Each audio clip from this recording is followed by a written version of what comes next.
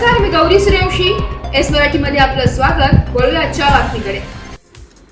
नाशिकच्या gel road परिसरात असलेल्या शिवाजीनगर मॉडेल कॉलनी येथील योगमाला सोसायटीत 6 वर्षीय मुलीला पोलीस खात्यात कार्यरत असलेल्या त्याच्या स्वतःच्या वडिलांनी स्वप्नील गायकवाड यांनी आपल्या स्वतःच्या मुलीला दोरीच्या साहाय्याने गळफास देत खून करत स्वतःने देखील गळफास घेत आत्महत्या केल्याची धक्कादायक घटना दिनांक 24 जून रोजी घडली आहे.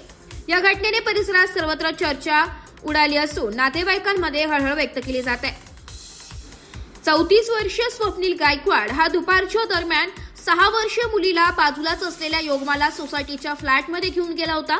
खूप वेळ झाल्याने सायंकाळच्या दरम्यान मुलीची आजी बघण्यासाठी आली असता काही काळ दरवाजा ठोकत दार उघडेना म्हणून आजूबाजूच्या लोकांच्या मदतीने दरवाजा तोडण्यात आला.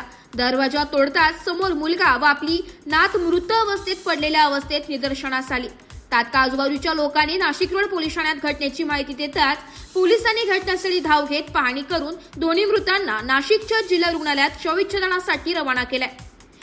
स्वप्नील गायकवाड यांचे मागील वर्षी त्यांच्या पत्नीसोबत घटस्फोट झाल्यानंतर प्रचंड मानसिक तणावात असल्याची माहिती नातेवाईकांनी दिली आहे. याबाबत पोलीस उपायुक्त मोनिका राऊत यांनी अधिक माहिती दिली आहे.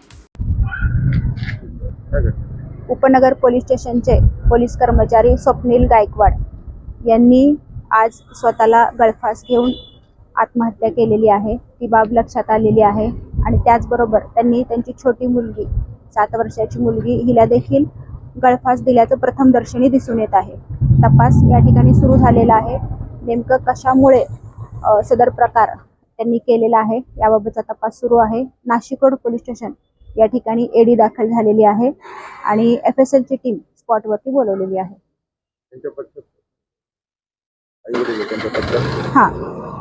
सदर कर्मचाऱ्याच्या पश्चात त्यांचे आई आणि वडील या ठिकाणी आहेत. त्यांच्याकडे तपास करत आहोत. एस मराठी न्यूज साठी नाशिक शहर प्रतिनिधी नाशिक. अशाच नवीन ताज्या घडामोडी जाणून घेण्यासाठी आमच्या एस मराठी न्यूज चॅनलला लाईक करा, शेअर करा, सबस्क्राईब करा आणि बेल आयकॉनला क्लिक करायला विसरू नका.